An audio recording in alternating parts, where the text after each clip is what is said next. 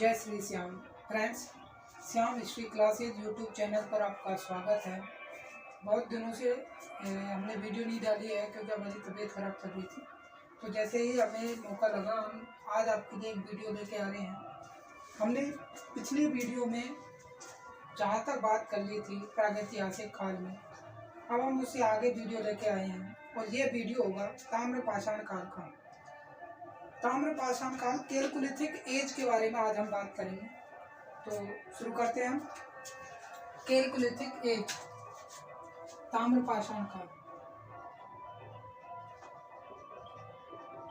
ताम्रपाषाण काल, ताम्रपाषाण काल की यदि हम जब बात करते हैं तो इसे कैलकुलिथिक एज कहते हैं अंग्रेजी में। तो ये भी याद रखें, इसको क्या कहते हैं? कैलकुलिथिक एज। कैलकुलिथिक एज, ठीक है। यदि इसकी बात करें हम ताम्रपाषाण काल के, तो इसको हम 3 पार्टीशन में बांट करके अध्ययन कर सकते हैं। तो 3 पार्टीशन में बांटा जाता है। कैसे बांटा जाता है वो समझिए। 3 पार्टीशन में हमें कैसे बांटते हैं उस चीज को समझने का प्रयास करें कि हम जो अध्ययन करते हैं वो अध्ययन करते हैं आद्य ऐतिहासिक काल का। आद्य ऐतिहासिक काल, आद्य ऐतिहासिक काल का। और आद्य ऐतिहासिक काल को हम 3 चरणों में पढ़ते हैं। तो ये 3 चरण कौन कौन से हैं? पहला है ताम्रपाषाण काल या ताम्रपाषाणिक संस्कृतियां। तो नंबर 1 पे कौन सा हो जाएगा? ताम्रपाषाणिक संस्कृतियां।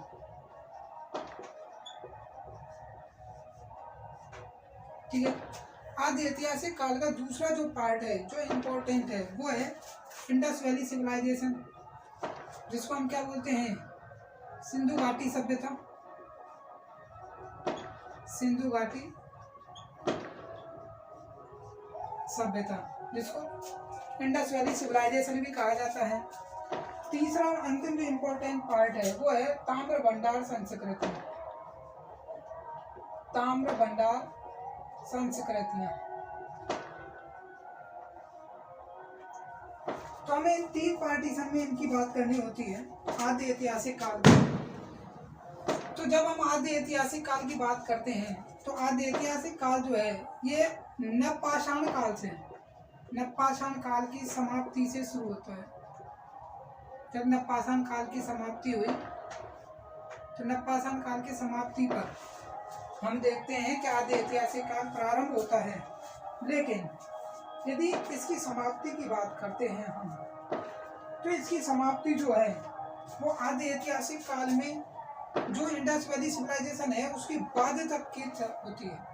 ठीक है। तो इसीलिए हमें इसमें मुख्य रूप से पढ़ते हैं इसे, यानी इंडस वैली सिविलाइजेशन से पहले की सभ्यता, तांबे की सभ्यता को। और इस तांबे की सभ्यता में हमें पढ़ना है कि जब तक तांबे का उपयोग होता है, तांबे धातु की महत्वपूर्ण या कह सकते हैं कि जब तक लौह युग नहीं आता है तब तक। तो लौह युग आएगा हम जानते हैं वैदिक काल में, वो भी उत्तर वैदिक काल में आता है। इसीलिए हम ताम्रपाषाण आद्य ऐतिहासिक काल को शुरुआत कहाँ से करते हैं? नवपाषाण काल के बाद। क्योंकि हम जानते हैं कि सबसे पहली जो धातु मनुष्य ने खोजी, तो सबसे पहली धातु कौन सी खोजी? तो वो खोजी थी तांबा। ठीक है। तो हम तांबे को इम्पोर्टेंट मान करके इस चीज को अध्ययन करते हैं। इसीलिए आद्य ऐतिहासिक काल का अध्ययन हम किस रूप में कर रहे हैं? ताम्रपाषाण काल के रूप में अध्ययन करते हैं। ठीक है। तो हम एक एक करके इसकी बात करेंगे, एक एक को पढ़ेंगे हम इसमें। कि सबसे पहले हम बात करेंगे ताम्रपाषाणिक संस्कृति की, फिर हम थोड़ा सा बात करेंगे इंडस वैली सिविलाइजेशन की।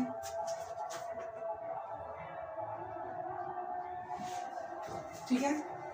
तो इसमें पहला ही पॉइंट लिखते हैं कि नवपाषाण काल की समाप्ति से ही क्या होती है? आद्य ऐतिहासिक काल प्रारंभ होता है। नवपाषाण काल की समाप्ति से आद्य ऐतिहासिक काल प्रारंभ होता है। आद्य ऐतिहासिक काल प्रारंभ होता है।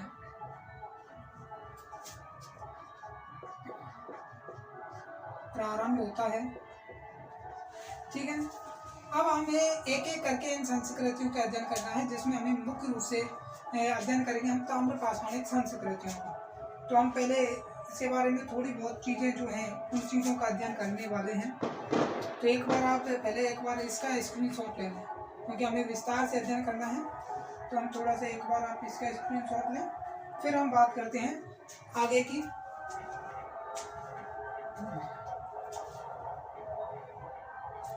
ओके,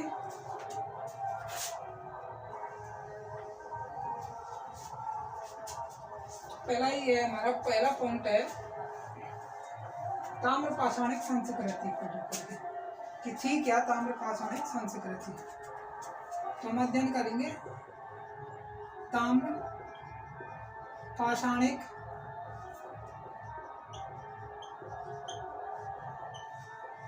संस्कृति का। यदि हम ताम्र पाषाणिक संस्कृतियों का अध्ययन करें तो पहली चीज है कि हम इसमें माने क्या, इसको शामिल करें।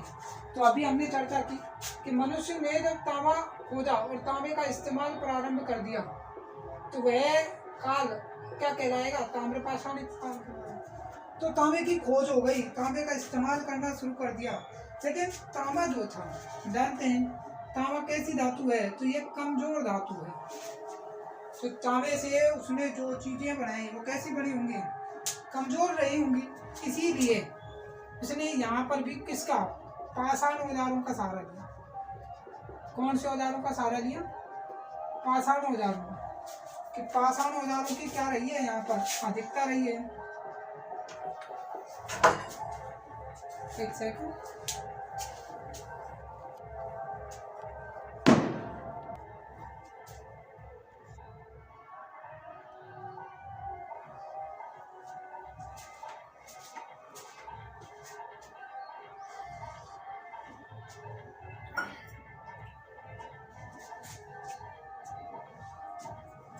हाँ। तो हम बात कर रहे थे कि इस काल में तांबा और पाषाण औजार, ठीक है, इस काल में तांबा और पाषाण औजारों के दोनों का उपयोग हुआ। इसलिए ये कौन सा काल कहलाया, ताम्र पाषाण काल, ताम्र पाषाण काल कहलाया। अब इस काल में मनुष्य ने जो हमने जाना कि हम पढ़ चुके हैं तीनों कालों को, नवपाषाण काल पढ़ लिया। तो नवपाषाण काल का जो मानव था वो कृषि करने लग गया था, स्थायी आवास आ गया था। तो जो कृषि कर रहा है तो कृषि संबंधित उसकी धीरे धीरे कृषि कर रहा है, उसमें स्थायी आवास आ गया है। तो स्थायी आवास आने से धीरे धीरे उसने क्या बनाए, ग्रामीण समुदाय बनाए।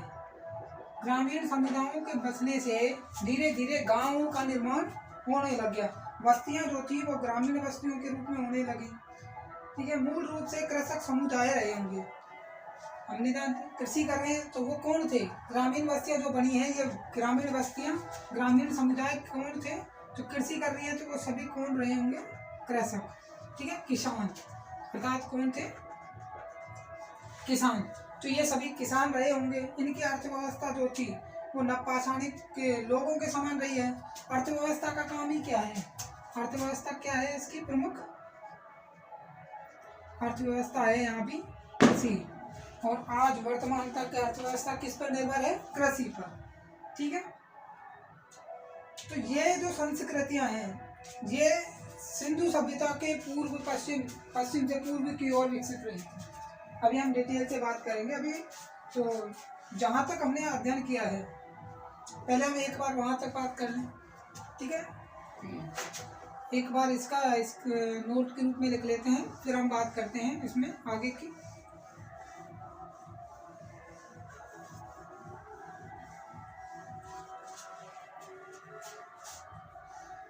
इस काल के मानव ने तांबा का इस्तेमाल किया। इस काल के मानव ने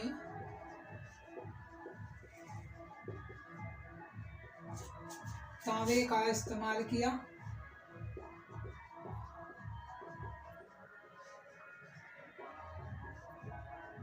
ठीक है, तांबे का इस्तेमाल कर रहे हैं। लेकिन तांबा कैसी धातु है, तांबा कमजोर धातु है, लेकिन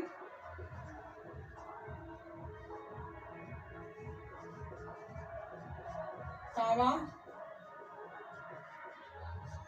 कमजोर होने के कारण, लेकिन तांबा कमजोर होने के कारण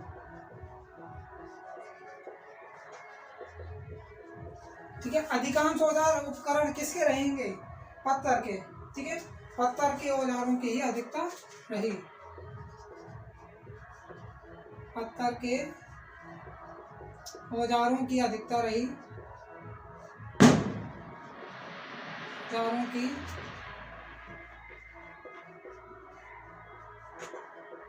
पत्थर के औजारों की अधिकता रही, जैसा कि हम जानते हैं। ठीक है, अब जब पत्थर है और तांबा है तो यह काल क्या कहलाया, ताम्रपाषाण काल। इसीलिए यह ताम्रपाषाण काल कहलाया, इसीलिए यह ताम्रपाषाण काल कहलाया। अच्छा, इसको हम ताम्रपाषाणिक संस्कृति भी कह सकते हैं। ठीक है, इसीलिए यह ताम्रपाषाण काल कहलाया। यह ग्रामीण बस्तियां थी, ये तो हम जानते हैं कि ग्रामीण बस्तियां रहेंगी। ठीक है, ये ग्रामीण बस्तियां थी। कैसी बस्तियां थी, ग्रामीण बस्तियां थी। ओके, अब ये ग्रामीण बस्तियां जो हैं ये है कौन है, तो ये मूल रूप से कृषक समुदाय थे।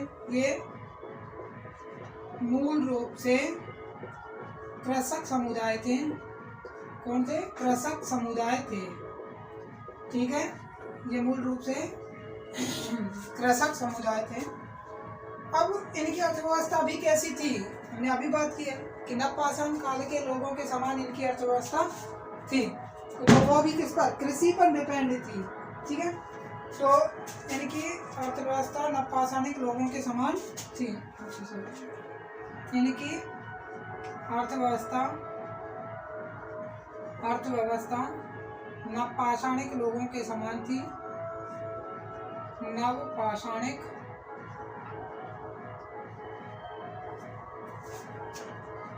लोगों के समान थी।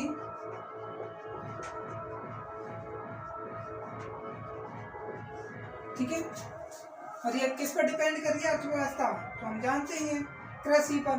ठीक है, अब ये संस्कृतियां जो हैं ये सिंधु सभ्यता से बाहर पश्चिम और पूर्व, सॉरी पश्चिम से पूर्व और दक्षिण में विकसित हुई। तो ये संस्कृतियां सिंधु सभ्यता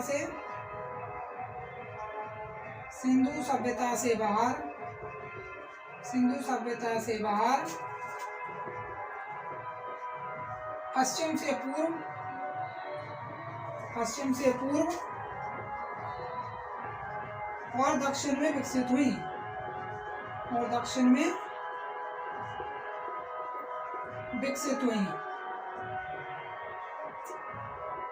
अब सिंधु सभ्यता से संबंधित नहीं है, इसलिए इनको क्या नाम दे देंगे, गैर हड़प्पाई।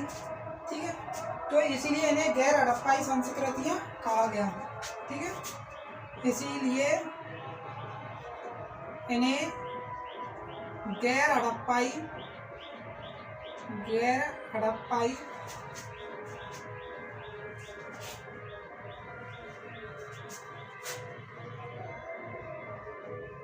गैर हड़प्पाई संस्कृतियां कहा गया।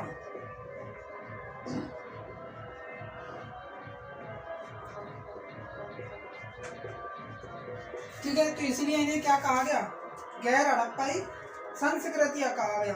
अब ये जो संस्कृतियां थी ये सिंधु घाटी सभ्यता से पहले आई हैं और बाद तक रही हैं। ये बात हम पहले ही डिस्कस कर चुके हैं जब हमने आदि ऐतिहासिक काल पढ़ा कि ताम्रपाषाण काल पहले आया है, फिर इंडस वाली सिविलाइजेशन आई है और उसके बाद ताम्रपाषाणिक ताम्र भंडार संस्कृतियां रही हैं। इसका मतलब यह है कि ये संस्कृतियां सिंधु सभ्यता से पहले आई हैं और उसके बाद तक रही हैं। तो ये संस्कृतियां सिंधु सभ्यता से पहले, सिंधु सभ्यता से पहले आई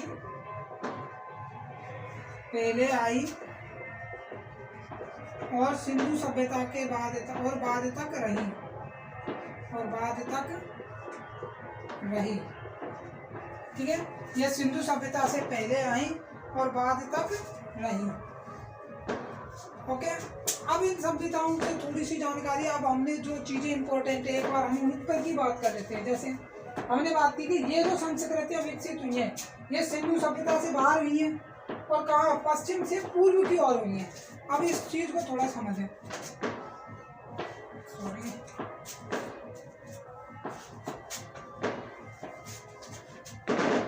मानचित्र की बात करते हैं तो थोड़ा ऐसे ही गड़बड़ होगा। अब इस चीज को थोड़ा डिटेल से समझने के लिए आप थोड़ा सा एक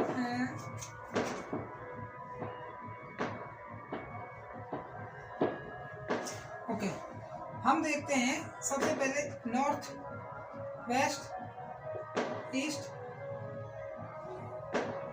नॉर्थ, साउथ, ईस्ट, वेस्ट, ठीक है। अब यहाँ से समझें। हम जानते हैं इंडस वैली सिविलाइजेशन इस प्रकार विकसित हुई, ठीक है। अब ये कह रहे हैं कि ये पश्चिम से पूर्व की ओर, यानी कि पश्चिम से पूर्व की ओर इस प्रकार जा रही। इंडस वैली सिविलाइजेशन से बाहर है और कहाँ विकसित हुई है, दक्षिण में विकसित हुई है ज़्यादातर। तो ये चीज़ें आपको ध्यान रखनी है, ठीक है। जब हम इंडस वैली सिविलाइजेशन की बात करेंगे तो ये दक्षिण से ऊपर आएंगे, ठीक है, नॉर्थ की ओर बढ़ेंगी। इधर ये ईस्ट से वेस्ट की ओर जा रही, तो ये सभ्यताएं जो हैं ये वेस्ट से ईस्ट की ओर जाने के प्रयास कर रही है, ठीक है। तो इसी प्रकार से रोटेशन बढ़ेगा। जो सिंधु घाटी सभ्यता ज़्यादातर यहाँ इस एरिया में रही, वह वैदिक काल में इस एरिया से निकल के इधर ज़्यादा व्याप्त जाएगी। दक्षिण में तो जा ही नहीं रही है, दक्षिण से उत्तर में आएंगी, ठीक है। ओके, तो एक बार आप इसका स्क्रीनशॉट लें, फिर बात करते हैं आगे।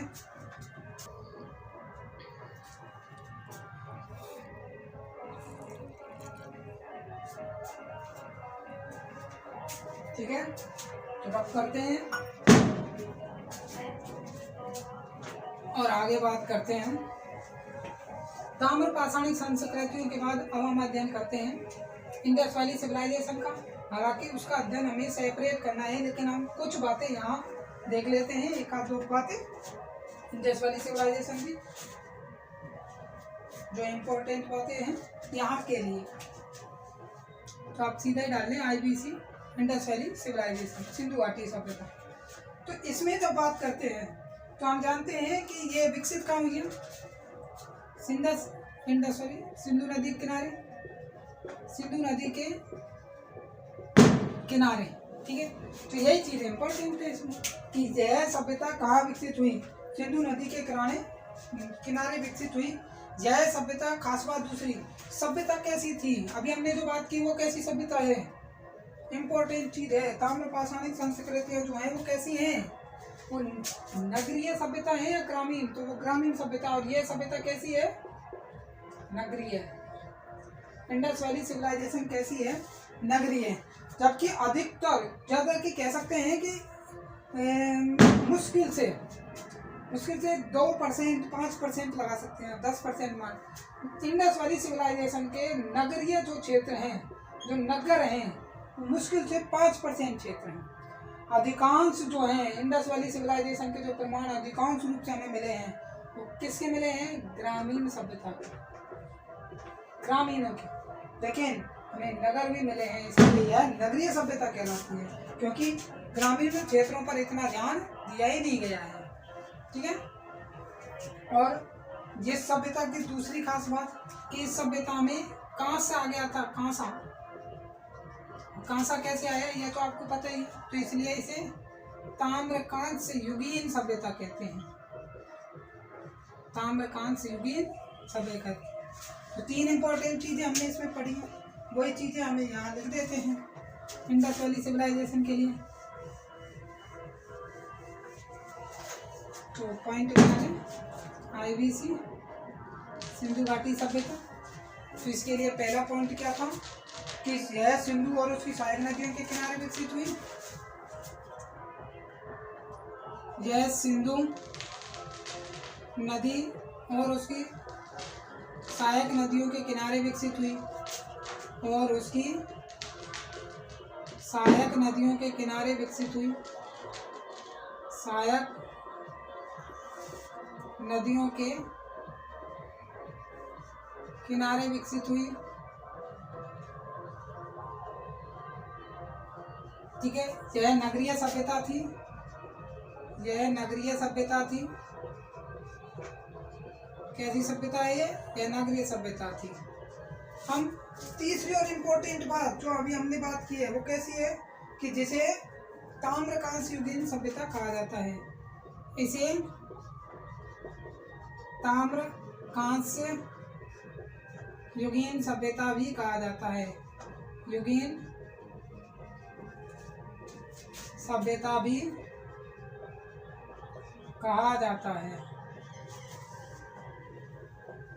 ओके, यह अंतिम बात थी। इसके बाद हम बात करते हैं ताम्र भंडार संस्कृतियों की। ताम्र भंडार संस्कृतियां।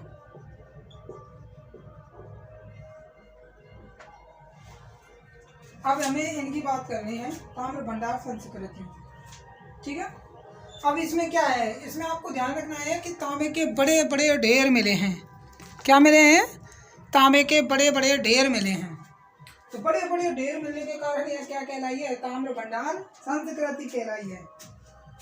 तो इसकी विशेषता ही क्या है? पहली विशेषता तो यह है कि ये इसमें तांबे के बड़े बड़े ढेर मिले हैं और इसी कारण इसे ताम्र संचय संस्कृति कहा गया है। क्या कहा गया है? ताम्र संचय संस्कृति। ठीक है, पहली बात तो यही है, तांबे के बड़े बड़े ढेर मिलने के कारण, बड़े बड़े ढेर मिलने के कारण इसे ताम्र संचय संस्कृति कहा गया। ताम्र संचय संस्कृति कहा गया। संस्कृति कहा गया। पहली बात हो गई कि तांबे के बड़े बड़े ढेर मिलने के कारण, ठीक है, इसे ताम्र भंडार संस्कृति या ताम्र संचय संस्कृति कहा गया। अगली बात करते हैं कि ये भंडार जो हैं ये मिले कब हैं? तो ये भंडार मिले हैं हमें खेतों में हल चलाते समय या सड़क का निर्माण करते समय। ठीक है, तो ये भंडार खेतों में हल चलाते समय, ये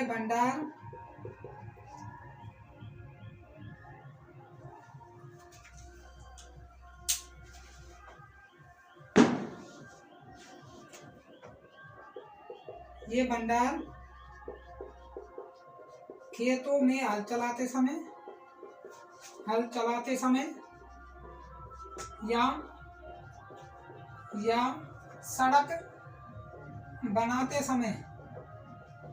सड़क बनाते समय मिले हैं। सड़क बनाते समय मिले हैं। ठीक है, तो ये भंडार हमें कब मिले हैं? खेतों में हल चलाते समय और सड़क बनाते समय। तो पहला कब मिला? सबसे बड़ा भंडार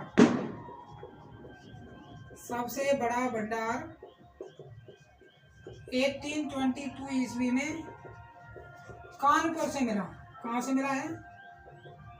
कानपुर से।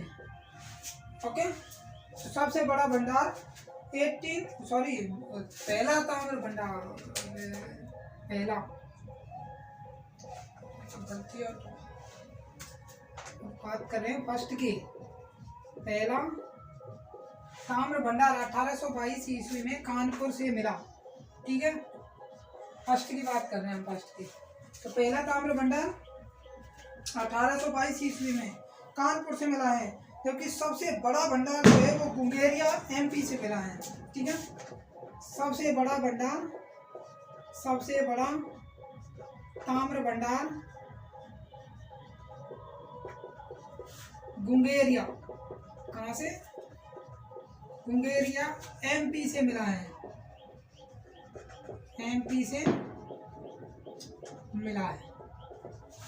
ओके, तो सबसे बड़ा भंडार कहाँ से मिला है? गुंगेरिया एमपी से, ठीक है। और ये संस्कृतियाँ जो है हमें ताम्र भंडार संस्कृति से सबसे अधिक या सर्वाधिक कहाँ से मिली है? तो यूपी उत्तर प्रदेश से, ठीक है। ये संस्कृतियाँ सर्वाधिक उत्तर प्रदेश संस्कृतियाँ मुख्य रूप से उत्तर प्रदेश, और उत्तर प्रदेश में भी कौन सा भाग? पश्चिमी भाग, ठीक है। उत्तर प्रदेश पश्चिमी उत्तर प्रदेश से मिली है,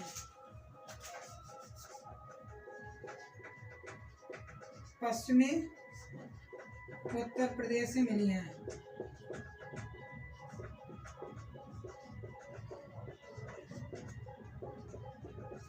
ओके, तो एक बार आप इसके स्क्रीनशॉट लें और फिर हम बात करते हैं आगे।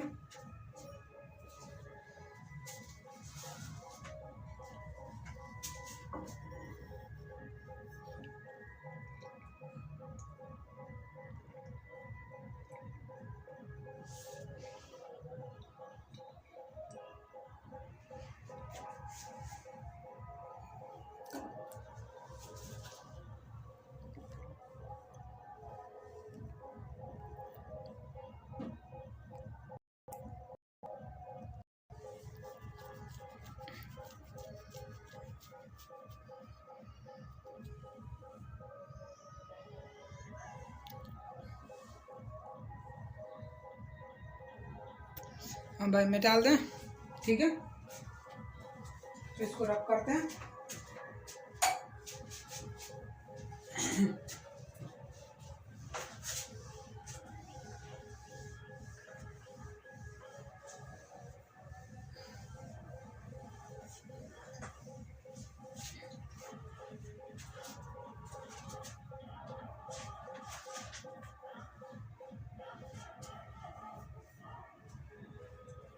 ताम्र पाषाणिक संस्कृतियाँ थी कौन कौन सी? एक बार आज इनकी बात करते हैं। ताम्र पाषाणिक संस्कृतियाँ,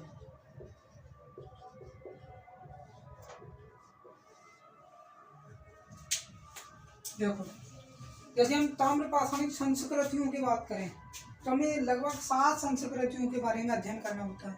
ये 7 संस्कृतियाँ कौन कौन सी है? पहली आहड़, फिर कायथा, फिर सेवालदा, फिर प्रभास, फिर मालवा, रंगपुर और जोरवे। कौन कौन सी हैं? आहड़, कायथा, सेवालदा, ठीक है। आहड़, कायथा, सेवालदा, प्रभास, मालवा, प्रभास, मालवा, रंगपुर, कितनी हो गई? रंगपुर होगी। और लास्ट कौन सी है? तो हम टाइम पीरियड की बात कर रहे थे, टाइम पीरियड लेते हैं। आहड़ का टाइम पीरियड है 2800 से 1900 BC, 2800 BC से 1900 BC, यानी 2800 ईसा पूर्व से 1900 ईसा पूर्व। जबकि कायथा का टाइम पीरियड है 2400 से 2000, 2400 BC से 2000 BC,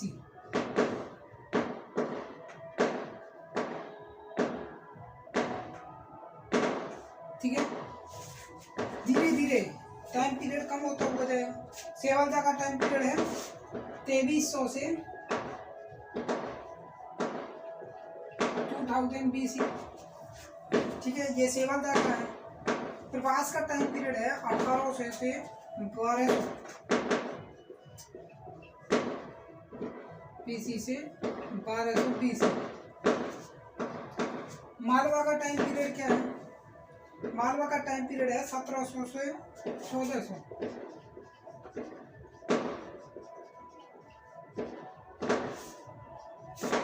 रंगपुर का टाइम पीरियड है 1500 से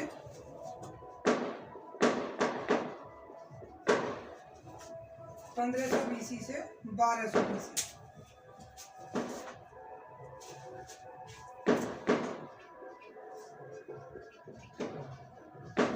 अब बात करते हैं जोरवे की।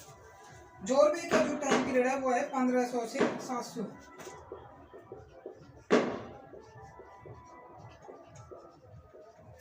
ओके, ये टाइम पीरियड है इनका। टोटल कितनी है हमने बात की थी 7 की।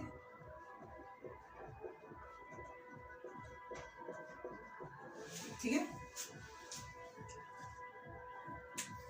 ओके, तो आप एक बार इसका स्क्रीनशॉट लें।